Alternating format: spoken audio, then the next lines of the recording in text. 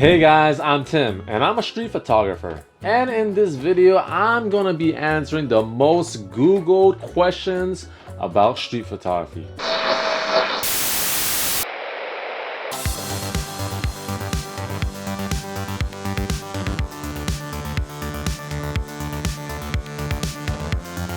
Now I gotta give you a heads up, some of these questions are a bit humorous and a lot of these are legit questions, but a few of the questions make me wonder if people truly know what street photography is. So let's go ahead and answer these questions and see if I can clarify on some things. All right, the first question: is street photography legal? I am not surprised that this is the most searched question about street photography on the internet, and honestly, I get it. You point your camera at someone in public in someone's direction, especially in the beginning, you do feel a little bit of guilt. But here's the thing, in most countries, including the United States, street photography is legal as long as you're in a public setting where there's no reasonable explanation of privacy. If you're in a public setting, on the sidewalk, at the park, at the beach, it's totally fine. It's free game. When you're at the mall, inside a private business, a restaurant, shooting through someone's house, which I don't know who would do that. Hey yo, what the? Yeah, technically that's considered trespassing. And here's where it gets a little bit tricky. Now, just because you're in a public setting and legality is in your favor, does that give you the comfort to photograph anything? I guess it's different depending which street photographer you ask. For me personally, there's no need to stick a camera in someone's face and be disrespectful. You look amazing. Take pictures of me, bro.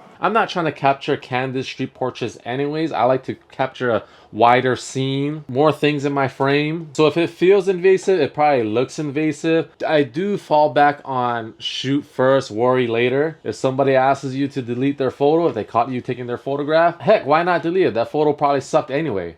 Alright, sorry for interrupting the video, but I have a quick update to share with you guys. For those of you that don't know, I am having a street photography retreat in February 2026. I know it's right around the corner, and it's a 3-day street photography experience in Ho Chi Minh City, Vietnam, from February 26th through the 28th of 2026. Just a few months away, and we got a few spots left. The early bird pricing is ending very soon. And let me tell you, moving forward with future Vietnam street photography retreats, this price won't be offered again. Scan that QR code, it'll take you to the website with all the details. Send your interest by submitting the email form at the bottom of that link and mention this YouTube video, and the early bird pricing will be extended to you. This retreat isn't about taking good photos, it's for photographers who feel like they're drifting a bit and are ready to shoot with purpose again. If that resonates, and if you've been looking for a chance to step out of your routine a bit and reconnect with why you started to shoot in the first place, then hurry up and grab one of the last few spots that's available. And let me tell you, the current group that we have for this retreat already, I can tell you the vibe is gonna be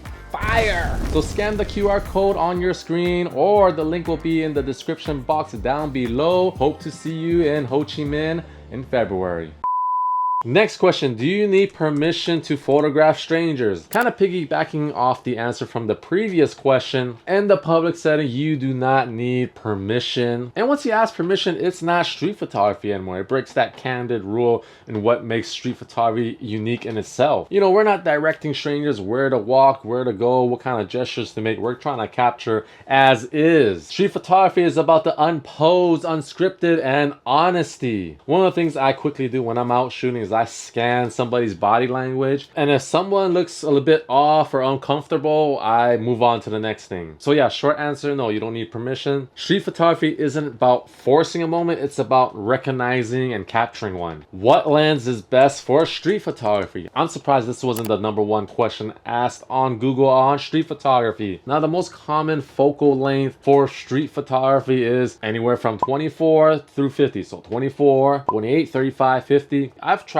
between 28, 35, and a little bit of 50. My favorite is right in the middle, 35. I've gotten used to 28 the past 4 years when I was shooting primarily with the Ricoh GR3, but 35mm focal length feels to me is what the eye sees as far as distance length. So for example, if somebody's walking towards me about 10 feet away and I put the viewfinder to my eye and I have a 35mm lens, through the viewfinder it feels about accurate where they're about 10 feet away. Where if I'm on the 50 50, I'm slightly pushed in. I gotta consider a little bit more cropped in. Maybe instead of 10, now it feels like 7 or 8. And if I'm on 28, instead of feeling like 10 feet, I'm a little bit further back, maybe 12, 13 feet. So things to consider. The focal length does matter because it's going to affect your timing when you're out shooting and anticipating, and you don't have much time to read and react. So that's why for me, any 35mm lens is my go-to focal length. Is street photography dead? Now this question is a bit ironic to me because last year I did a video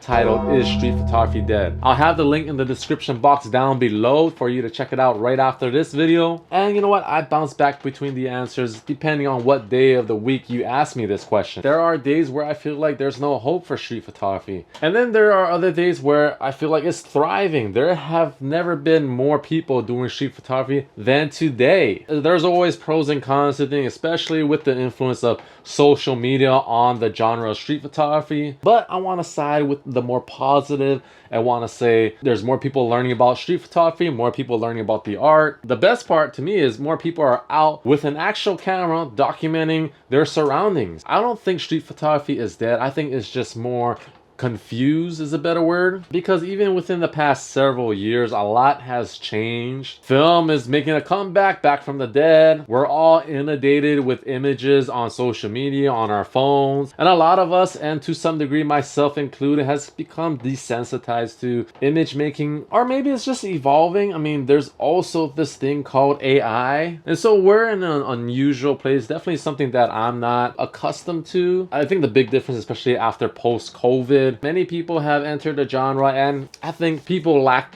the intention of what they're shooting or why they're shooting. I did a whole video about this called Street Photography Used to Be Honest. I'll have the link in the description box down below as well. You can check it out after this video and the one I mentioned earlier. Street photography is not dead. Shameless plug. And you know what the weird thing is? Having done this for as long as I have, I've seen a lot of talented street photographers rise, make good images, get some nice publicity, and they just disappear. They lose the interest or find other hobbies to occupy their time, and that's what separates the real ones. It's not about followers or fame or money or anything like that with street photography. The real ones are gonna be out there documenting the streets, documenting life, whether or not they share it or whether or not people see it or not. You have to find a way to look past the noise and do street photography for yourself. I know it's easier said than done, but trust me, as the years go on and as you continue on your street photography journey and your photos, your photography starts to compound, you'll have a lot of great work to look back on and possibly leave a legacy behind. So no, I don't think street photography is dead. Okay, this is pretty funny.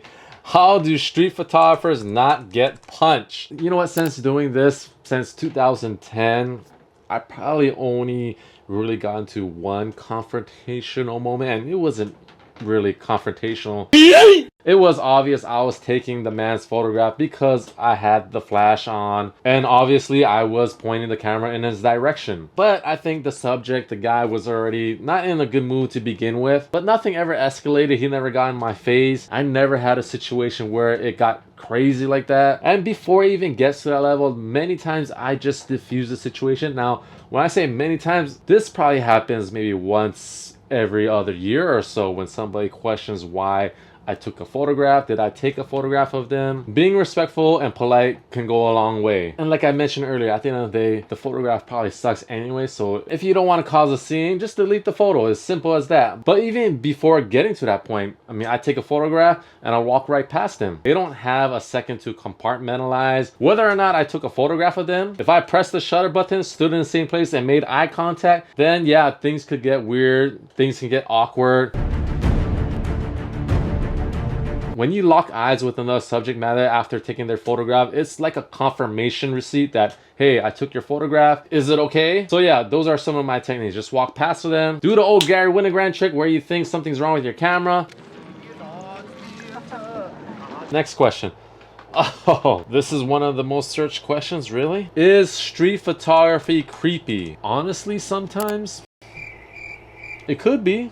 Depends on who's holding the camera. I mean, let's be real here. Pointing a camera at a stranger from a distance without them knowing looks sus, wouldn't you say? We as street photographers know the artistic intent, but to everyone else, you might be coming across as either a stalker or undercover FBI agent. But here's the truth, it's not the act that's creepy, it's the energy you give off. For me personally, I've never felt bad going out taking photographs in the public because I'm not breaking the rules. I'm not hurting anybody. I'm open. I'm blended with everybody that's walking through. I've never felt guilty taking photographs on the street. Now, if you're hiding or being sneaky behind the bush or acting guilty, yeah, that energy, that reads weird. Again, being open, confident, respectful, most people don't even care. Or better yet, notice what you're doing. And that's where street photography has always lived in the gray area between observation and intrusion. The best street photographers, the best street photographs, they have a human element to them. They make it feel human, not voyeuristic. You feel me? So short answer, is it creepy? Only if you are. The $1 million question, literally. Can you make money doing street photography? If you're going into street photography to make money, I say you better look into another career field, to be honest with you. In any field, there's always money to be made, but I would say that's not the primary motive to doing street photography. Street photography is a creative outlet, it's an escape. It's a way to be present and observe your surroundings with the camera and make art out of it and share it on social media and get 7 likes like me. Now, are there street photographers currently making money through their street photography? Sure, they've either built a loyal following, fan base where they're doing workshops, selling books, selling zines, private mentorship, content on YouTube, making it through sponsorships and AdSense. So the possibility of doing street photography and monetizing off of it are slim, but it is possible. If anything, street photography as a creative outlet can open doors. Exhibitions, books, festivals, online or in-person speaking engagements. For me, street photography has become a good part of my identity. It led me to my documentary Fill the Frame, which is now free on my YouTube channel. It's given me unique experiences that I probably wouldn't have come across if I wasn't doing street photography. But honestly, the real payoff isn't financial. To me, it's about community and credibility. What makes a street photo good? That's an excellent question, and it's kind of funny if you think about it because everybody wants a checklist. But the truth is, good street photography isn't about perfection. It's not templated. It's about presence. Street photography is one of the few genres where perfection can come off as boring. Whereas if something was shot and the tilt axis was a little bit off or maybe slightly blurry, that image can have more life than the one that's perfectly framed and composed. I've always said this, a good street photograph is not one that tells a story. We're not doing documentary photography here. I don't want the image to tell me exactly what the story is, but rather an image that allows the viewer, myself, create my own story. The photographer captures something and allow the viewer for their own interpretation on their photo. So that's the short answer for this question. This question alone could be a long-winded question. It could be a whole entire video on itself. So yeah, let me know in the comment section what you think makes a good street photograph. How do I overcome fear of shooting strangers? You know what? Everyone who starts in street photography thinks they're the only one that feels fear. Truth is, even the best of us still gets nervous sometimes. Street photography is one of those things where you gotta put in repetition. You gotta keep doing it. You know the saying, use it or lose it. You can't just shoot one day, go on a 2-month hiatus, and then go back out and think you belong in the world with the camera out in public. It doesn't work like that. You gotta be out shooting. You gotta get your reps in. And if anything, it's a mental hurdle. You gotta get that out of your mind. Maybe start off with a longer focal length, like maybe 50mm, and then experiment with 35 and 28, a little bit wider as you get comfortable shooting on the streets,